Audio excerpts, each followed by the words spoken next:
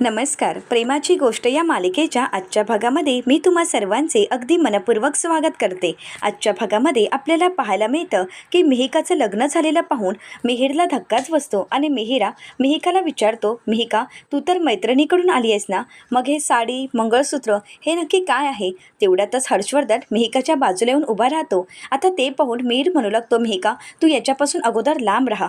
तर मिहिका म्हणते, आम्ही लग्न केलं आहे. आता मिहिकाचा हा शब्द ऐकून मिहिरला धक्काच बसतो. आता तेवढ्यातच सागरा मिहिरला सावरतो. मिहिरला काय बोलावं काहीच कळत नसतं.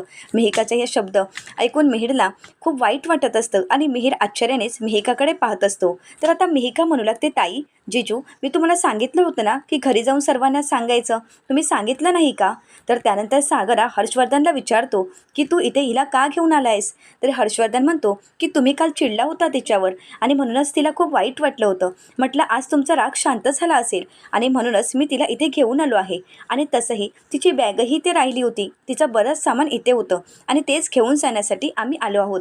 आता इंद्राताईंना खूप राग येतो. इंद्राताई म्हणतात, ए बैला, आम्ही सामान पाठवलं असतं, हिला इथे आणण्याची काही गरज नव्हती. तर हर्षवर्धन म्हणतो की हो, मला ही गरज वाटत नव्हती. मीही सगळं काही नोकरांकडून मॅनेज करू शकलो असतो. परंतु कसं आहे ना, पाच परतावणी असं काहीतरी म्हणतात ना, मग ते लग्नानंतरचे विधी पूर्ण तर व्हायला हवेतच ना. आणि म्हणूनच म्हटलं की इथे यावं. आणि तशीही मिहिकाचीच इच्छा होती की तुम्हाला येऊन भेटावं, लग्नानंतर ती कशी दिसत आहे हे तुम्हाला दाखवावं आणि तेच दाखविण्यासाठी मी इथे आलो आहे. तर इंद्राताई म्हणतात, त्याची काही गरज नव्हती, कारण आम्हाला हिचं तोंडही बघायचं नाही. आता मिहिका म्हणते, हर्ष, मी तुम्हाला म्हणाले होते ना की आपण इथे यायलाच नको होतं. आता इथे येऊन आपण खरंच खूप मोठी चूक केली आहे. कारण हर्ष, आपण नवीन जोडपं म्हणून इथे आलो आहोत, परंतु इथे आपल्याला कोणीही मान देणार नाही. आता हे ऐकून इंद्राताईंना खूप राग येतो. इंद्राताई मिहिकाकडे रागानेच पाहतात आणि मिहिकाच्या कानाखाली मारतात. आता सर्वांनाच धक्का बसतो. मुक्ताच्या डोळ्यात तर अश्रू येतात. तर इंद्राताई मिहिकाला जाब विचारत म्हणतात, मान पाहिजे होता का तुला? असं बोलताना तुला काहीच वाटत नाही का गं? तुला काय वाटलं की मी तुझी आरती ओवाळावी, पायाखाली फुलांच्या पायघड्या घालाव्यात? अगं माझ्या मेडशी असं वागताना तुला काहीच नाही का गं वाटलं? तुला काय वाटलं, तुला कोणीही जाब विचारायला नाही आहे का? परंतु मी आहे मिहिरची आई. मला माहीत आहे की मी मिहिरला जन्म दिला नाही, परंतु पोटच्या पोरासारखं मी त्याला सांभाळलं आहे. त्यामुळे माझ्या मुलाशी असं वागताना तुला काहीच वाटलं नाही का गं? मला वाटलं होतं की तू मुक्तासारखी असशील, मुक्ताची बहीण म्हणजे अगदी मुक्तासारखी, अगदी गुणी असशील, सगळ्यांना प्रेमाने समजून घेशील, मिहिरला माझ्या समजून घेशील आणि मुक्तासारखीच वागशील. परंतु नाही, तू तर सावणी निघाली, सावणी. तू सावणी आहेस, सावणी, दुसरी सावणी. अगं पैशासाठी, फक्त पैशासाठी तू माझ्या मिहिरला सोडून या बैलाबरोबर लग्न केलंस. अगं मिहिर कसा आहे हे तुला चांगलंच माहिती होतं, तरीही त्याच्याशी तू नातं तोडलंस आणि या बैलाला घेऊन आता इथे आली आहेस का? यापुढे मला तुझं तोंडही बघायचं नाही. त्यामुळे एक गोष्ट लक्षात ठेव, यापुढे इथे येण्याची चूक करू नकोस, कारण ही इंद्राकोळी तुला सोडणार नाही. आज माझ्या मुलाच्या आयुष्याची तू बर्बादी केली आहेस, त्याच्या आयुष्याची वाताहत केली आहेस. त्यामुळे तुला इथे येण्याचा काही अधिकार नाही. इंद्राताई मिहिकावर खूप चिडलेल्या असतात. त्या रागाने मिहिकाला खूप काही बोलत असतात, परंतु मिहिका काहीही बोलत नाही. तर इंद्राताई म्हणतात, मला तर तुझं तोंडही बघायचं नाही. असं म्हणत इंद्राताई तिथून निघून जातात. तर इकडे मुक्ताची मान शरमेने खाली गेलेली असते. मिहिका अशी वागू शकते या गोष्टीवर मुक्ताचाही विश्वास बसत नसतो. तर मिहिरला धक्का बसलेला असतो. इतकी वर्ष ज्या मुलीवर आपण प्रेम केलं, ती मुलगी दुसऱ्याच मुलाशी लग्न करून आली. त्यामुळे मिहिरला काहीच बोलता येत नाही. परंतु हर्षवर्धनला या सगळ्याचा खूप आनंद वाटत असतो. आता हर्षवर्धन मिहिकाला म्हणतो, चल, झालं, आपण निघायचं का? तर मिहिका म्हणते की हो. आता मिहिका आणि हर्षवर्धन निघत असतात. तर तेवढ्यातच मिहिर म्हणतो की लग्नाच्या हार्दिक शुभेच्छा. आता मिहिकाला खूप वाईट वाटतं. मिहिका मागे वळून पाहते. तर मिहिकाही मिहिरकडे पाहत असते. तर मिहिर जे गिफ्ट आणलेलं असतं ते मिहिकाजवळ घेऊन जातो आणि म्हणतो, हे गिफ्ट मी तुला सरप्राईज गिफ्ट म्हणून आणलं होतं, परंतु आता हे लग्नाचं गिफ्ट समजून घे आणि या गिफ्टचा स्वीकार कर. आता मिहिकाला खूप वाईट वाटत असतं. मिहिकाचे हात थरथरत असतात. तर आता हर्षवर्धन मिहिकाला म्हणतो, वा, सरप्राईज आणि तुझ्यासाठी. मिहिका, अगं घे ना, अगं याने तुझ्यासाठी सरप्राईज गिफ्ट आणलं होतं, मग ते तर तुला घ्यायलाच हवं. असं म्हणत तो मिहिकाला ते गिफ्ट घेण्यासाठी सांगतो. मिहिका ते गिफ्ट घेते, परंतु तिला खूप वाईट वाटत असतं. आपल्या चुकीच्या वागण्यामुळे मिहिरला किती त्रास होत आहे हे मिहिकाला कळत असतं, परंतु मिहिका काही बोलत नसते. मिहिकाला रडायला येत असतं. असतं, परंतु मिहिका सर्वांसमोर स्मिता हास्य दाखवत हर्षवर्धनसोबत निघून जाते. मिहिका हर्षवर्धनसोबत निघून गेलेली असते, परंतु मिहिरची नजर मिहिकाला शोधत असते. आपली मिहिका आपल्यासोबत अशी वागू शकते यावर मिहिरचा विश्वासच बसत नसतो. या सगळ्या गोष्टीचा मिहिरला धक्का बसलेला असतो. आता मुक्ताही मिहिरला सावरते आणि त्यानंतर मुक्ताही मिहिरच्या समोर हात जोडते आणि मिहिरची माफी मागत म्हणते, मिहिर मला माफ कर, हे सगळं काही माझ्या बहिणीमुळे झालं आहे, परंतु माझ्या बहिणीच्या वतीने मी तुझी माफी मागत आहे. आज तुझ्या या अवस्थेला माझी बहीण जबाबदार आहे, परंतु या गोष्टीचं मला खरंच खूप वाईट वाटत आहे. मिहिरला ह्या सगळ्या गोष्टीचा खूप धक्का बसलेला असतो. मिहिरही खूप रडत असतो. तर आता मिहिरची ती अवस्था पाहून इंद्राताई, मुक्ता, सागर यांनाही खूप त्रास होत असतो. आता सागर हा मिहिरला सावरत म्हणतो, मिहिर उठ. तर मिहिरला खूप वाईट वाटत असतं. तर सागर मिहिरला म्हणतो, मिहिर रडणं बंद कर, आता तू लहान नाही आहेस आणि आता शांत हो. सागर हा मिहिरसाठी कठोर होतो आणि मिहिरला म्हणतो, मिहिर आता रडायचं नाही, एकदम चूप. मिहिर खूप रडत असतो. तर सागर कठोर होऊन मिहिरला शांत करतो. तर त्यानंतर इंद्राताई सागरला म्हणतात, अरे कशाला ओरडतोयस, त्या पोराचा चेहरा बघ ना, अरे किती सुकून गेला आहे. जे काही घडलं आहे त्या गोष्टीचा त्याला खूप त्रास होत आहे रे. तर त्यानंतर इंद्राताई मेडला म्हणतात, मिहिर थोडं काहीतरी खाऊन घे ना. तर मिहिर म्हणतो, नाही मावशी मला भूक नाही आहे. तर सागर म्हणतो, भूक नसायला काय खाऊन आलाय सांग ना. अगोदर खायला बसायचं, मला काही ऐकून घ्यायचं नाही. अरे तुला उपाशी राहून काही होणार आहे का, तू उपाशी राहायचं नाही. सागर खूप कठोर झालेला असतो आणि मिहिरला म्हणतो, उठ, मी सांगितलं आहे ना उठायचं आणि खायला बसायचं. तर त्यानंतर सागर इंद्राताईंना म्हणतो, मम्मी तू वाढायला घे, तो कसा खात नाही ना ते मी बघतोच. असं म्हणत सागर हा मिहिरला म्हणतो, चल उठ. असं म्हणत इंद्राताई आणि सागर दोघेही मिहिरला खाण्यासाठी तयार करतात. परंतु इंद्राताई सागरला म्हणतात, सागर तू चिडू नकोस रे, अरे त्या पोराची खरंच खूप नाजूक अवस्था आहे. सागर हे सगळं काही मिहिरच्या भल्यासाठीच करत असतो. परंतु मिहिर नाश्ता करण्यासाठी गेल्यानंतर सागरला मात्र खूप वाईट वाटत असतं. सागरलाही खूप त्रास होत असतो. तर मुक्ता सागरला सावरते आणि म्हणू लागते, सागर स्वतःला सावरा, या सगळ्यातून आपल्याला मिहिरला सावरायचं आहे. मिहिकाच्या वागण्याचा मिहिरला खूप जास्त त्रास होत आहे, त्यामुळे आपल्यालाच त्याला या सगळ्यातून बाहेर काढायला हवं. मिहिर खूप रडत असतो. इंद्राताई मिहिरला सावरतात आणि म्हणू लागतात, मिहिर अरे बाळा आता या सगळ्यातून बाहेर ये, कारण तुला आता खंबीर व्हायला हवं. सगळ्यांनाच मिहिरची खूप काळजी वाटत असते. तर आता मुक्ता ही मिहिकाच्या वागण्याचा विचार करत असते. मुक्ताला आठवत असतं की जेव्हा सागर आणि मुक्ता हर्षवर्धनच्या घरी गेलेले असतात तेव्हा मिहिका कशा प्रकारे वागलेली असते. हे सगळं आठवून मुक्ताला खूप वाईट वाटत असतं. मुक्ता ही मनाशीच म्हणू लागते, नाही मिहिका अशी वागू शकत नाही. तर दुसरीकडे इंद्राताई मुक्ताचा डबा भरून ठेवत असतात. तर स्वाती विचारते, मम्मी अगं काय करतेस, मुक्ताचा डबा भरतेस का. तर इंद्राताई म्हणतात, होय ग, अगं त्या पोरीची काय अवस्था झाली आहे बघ ना. बहिणीच्या नादात त्या पोरीने काही खाल्लं पिल्लंही नाहीये, स्वतःकडे लक्षही देत नाही, सतत फक्त बहिणीचा विचार करत असते. अगं बहीण अशी वागेल असं तिला कधी वाटलंही नव्हतं, परंतु बघ ना तिचा चेहरा मला पाहवत नाहीये ग. आणि आता जर अशीच उपाशी राहिली तर तिला चक्कर येईल, कुठेतरी पडेल, आणि म्हणूनच मला तिची खूप काळजी वाटत आहे. परंतु मुक्ता अजूनही आली नाही आणि म्हणूनच इंद्राताई स्वातीला म्हणतात, अगं ती अजून बाहेर कशी नाही आली आहे, आज पण दवाखान्यात जात नाहीये वाटतं. तर स्वाती म्हणते, बहुतेक जात नसेल. इंद्राताई म्हणतात, थांब मी बघतेच. असं म्हणत इंद्राताई मुक्ताच्या रूममध्ये येतात. तर मुक्ताही विचार करत असते. तर इंद्राताई मुक्ताला म्हणतात, सुनबाई अगं काय झालंय, आज पण दात पाडायचे नाही आहेत का तुला. तर मुक्ता म्हणते, नाही मम्मी असं काहीच नाही. तर इंद्राताई म्हणतात, नाही ग, अजूनपर्यंत तू गेली नाहीस ना, म्हणून मी तुला विचारलं. तर मुक्ता म्हणते, नाही मम्मी मी आज जाणार आहे, कारण मी आज अपॉइंटमेंट घेतली आहे आणि आजपासून मी माझ्या कामाला सुरुवात करणार आहे. आता इंद्राताई मुक्ताला म्हणतात, जा जा, अगं दात दुखणाऱ्याला अशी वाट बघायला लावायची नाही. तर मुक्ता म्हणते, हो मम्मी मला कळतंय, परंतु मी काय करू, मला काहीच सुचत नाही, कारण सतत माझ्या डोक्यात मिहिकाचाच विचार येत असतो. मिहिकाचा विचार माझ्या डोक्यातून जातच नाही, त्यामुळे मला खरंच खूप मिहिकाची काळजी वाटत आहे. इंद्राताई म्हणतात, तू बाहेर पड, तुझ्या कामाला सुरुवात कर. तू एकदा तुझ्या कामाला सुरुवात केलीस की तुझ्या मनातून हे सगळे विचार जातील, तू आणि काळजी करू नकोस. तर मुक्ता म्हणते, हो मम्मी मला तसंच करावं लागेल, मी कपडे धुवून लगेच कामाला निघते. तर इंद्राताई म्हणतात, त्याची काहीच गरज नाही, मी कपडे मशीनला लावेन आणि कोमल नंतर वाळत घालेल, तू नको काळजी करूस, आणि आम्ही आहोत ना, तू फक्त आता दवाखाना सांभाळ. आणि हो, जास्त विचार करत राहू नकोस, मी तुझा डबा बनवून ठेवला आहे आणि तो डबा घेऊन जा.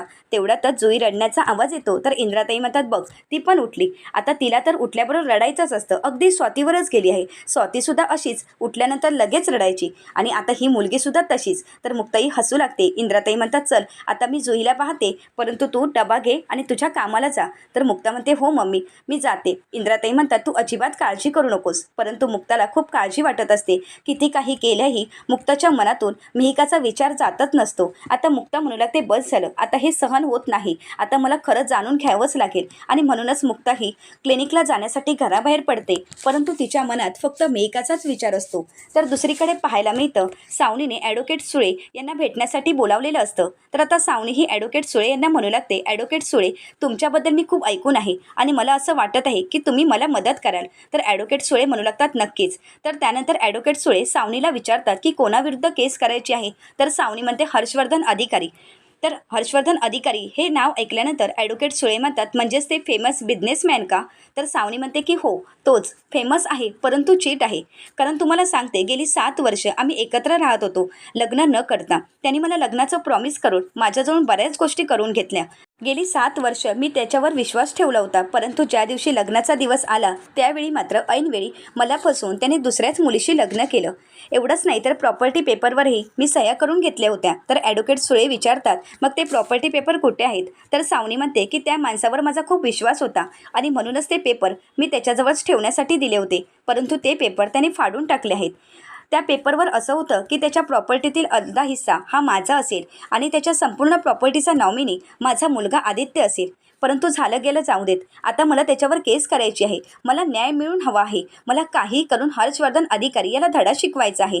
तर ॲडव्होकेट सुळे म्हणू लागतात की सर्वप्रथम आपल्याला त्याला लीगल नोटीस पाठवावी लागेल. एकदा का लीगल नोटीस पाठवली की आपली प्रोसेस सुरू होणार आहे. तर त्यानंतर सावनी म्हणते की हो, तुम्ही ती लीगल प्रोसेस करू शकता. तर त्यानंतर ॲडव्होकेट सुळे म्हणतात की माझ्यावर विश्वास ठेवा, मी नक्कीच तुम्हाला न्याय मिळवून देईन. तर सावनी ॲडव्होकेट सुळे यांना म्हणते की थँक्यू, तुम्ही माझ्यावर विश्वास ठेवलात आणि मला मदत करायला तयार झालात. तुमची जी काही फी असेल ती लवकरच मी तुम्हाला पे करेन, परंतु तुम्ही तोपर्यंत प्रोसेसला सुरुवात करा. ॲडव्होकेट सुळे म्हणतात ठीक आहे, असं म्हणत ॲडव्होकेट सुळे तिथून निघून जातात. तर आता दुसरीकडे पाहायला मिळतं मिहिकाला जाब विचारण्यासाठी मुक्ता परत एकदा हर्षवर्धनच्या घरी आलेली असते आणि मिहिकाची वाट पाहत असते. आता मिहिका थोड्या वेळानंतर मुक्ताच्या समोर येते आणि मुक्ताला म्हणते, ताई अगं तू आली आहेस का? तर मुक्ता म्हणते की हो, तुला सांगितलं नाही का तुझ्या सर्वंटने मॅडमने आम्हाला बसायला सांगितलं आहे. हा निरोप तर माझ्यापर्यंत पोहोचला होता. मग मॅडम कोण आहेत हे तुला माहीत नव्हतं का? तर मिहिका म्हणते नाही ग ताई, अगं मॅडम तू अशील हे मला खरंच माहीत नव्हतं. तर मुक्ता म्हणते आता कळालं आहे ना? तर मिहिका म्हणते की हो ताई, बोल ना काय झालं आहे? तर त्यानंतर मुक्ता म्हणते, मिहिका अगं तू कशी आहेस? तर मिहिका नाटक करत म्हणते, अगं मी कशी आहेस म्हणजे? अगं बघ ना, इतकं मोठं घर, एवढं मोठं प्रशस्त घर आणि एवढी मोठी श्रीमंती, नोकर चाकर आणि एवढं तर तुला माहीतच आहे ना, मग अजून मला काय हवं आहे? अगं हेच तर मला लाईफमध्ये हवं होतं. आणि आज तुला माहीत आहे का, हर्ष मला शॉपिंगला घेऊन जाणार आहेत आणि तेही माझ्या फेवरेट ब्रँडची शॉपिंग करण्यासाठी. सो खरंच मी खूप खुश आहे, त्यामुळे प्लीज माझी काळजी करू नकोस. तर आता मुक्ता म्हणू लागते, मिहिका हे सगळं काही तू खोटं बोलत आहेस आणि माझ्याशी नाही तर तू स्वतःशी खोटं बोलत आहेस. मिहिका अजूनही वेळ गेली नाही आहे. मिहू अगं नक्की काय झालं तुला सांग ना. अगं छोट्या छोट्या गोष्टीत वाईट वाटलं की माझ्या कुशीत शिरणारी माझी मिहू, तुझ्या झुमक्यांपासून ते मोठी सिक्रेट माझ्यापर्यंत शेअर करणारी माझी मिहू, छोटीशी मिहू कुठे गेली? तर मिहिका म्हणते मोठी झाली. आता ती मिहू मोठी झाली आहे. अगं छोटी कशी राहणार सांग ना गं. अगं तू ज्याप्रमाणे मोठी झालीस त्याप्रमाणे तुझीही मिहू मोठी झाली आहे. तर आता मुक्ता ही मिहिकाला म्हणते, मिहू मी तुला ओळखते, मला कळतंय की तू खोटं बोलत आहेस, प्लीज मला खरं सांग. तर मिहिका म्हणते हेच खरं आहे ताई, तू मला 10 वेळा जरी विचारलंस तरी माझं उत्तर बदलणार नाही. माझं उत्तर हेच असणार आहे की हेच खरं आहे, मी स्वतःहून लग्न केलं आहे. तर मुक्ता म्हणते, मग मला का खरं वाटत नाहीये? मिहू मला असं का वाटते तू काहीतरी लपवण्याचा प्रयत्न करत आहेस? मिहू माझं ऐक ना. अगं तुला हे लग्न करायला आणि असं वागायला हर्षवर्धनने भाग पाडलं आहे का गं? अगं तुला धमकावलं आहे का? त्याने काही सांगितलं आहे का? अगं तसं असेल तर प्लीज मला सांग, मी तुझ्यासोबत कायम आहे. तर मिहिका म्हणते, ताई प्लीज बस कर ना. अगं लहानपणापासून तू मला ओळखतेस ना? तर मुक्ता म्हणते की हो ओळखते, म्हणूनच मला वाटत आहे की माझी मिहू अशी नाही. तर मिहिका म्हणते अशी नाही म्हणजे मग कशी आहे का तुझी मिहू? तर मुक्ता म्हणू लागते, दुसऱ्यांचं सुख ओढभांडणारी माझी मिहू नाही, स्वतःच्या आनंदासाठी दुसऱ्यांचा संसार मोडणारी माझी मिहू नाही आणि त्यापेक्षाही प्रेमापेक्षा पैशाला महत्त्व देणारी माझी मिहिका नाही. तर त्यानंतर मुक्ता म्हणते, मिहू तू अशी का करते सांग ना. तर आता मिहिका म्हणू लागते, प्रेमापेक्षा पैशाला महत्त्व देते असं तुला वाटत आहे आणि असं तुझं मत आहे, माझं नाही. परंतु एक गोष्ट खरी आहे की मी आता मोठी झाली आहे, माझे निर्णय मला घेता येतात, त्यामुळे प्लीज माझं भविष्य मी सिक्युअर केलं आहे. अगं एका श्रीमंत माणसासोबत मी लग्न करून खूप मोठ्या श्रीमंती घरात आली आहे आणि खरंच खूप शांत आयुष्य जगत आहे. आता मुक्त ही मिहिकाला विचारते, मिहू माझ्या एका प्रश्नाचं उत्तर दे, श्रीमंती नात्यापेक्षा कधीपासून मोठी झाली का तुझ्यासाठी?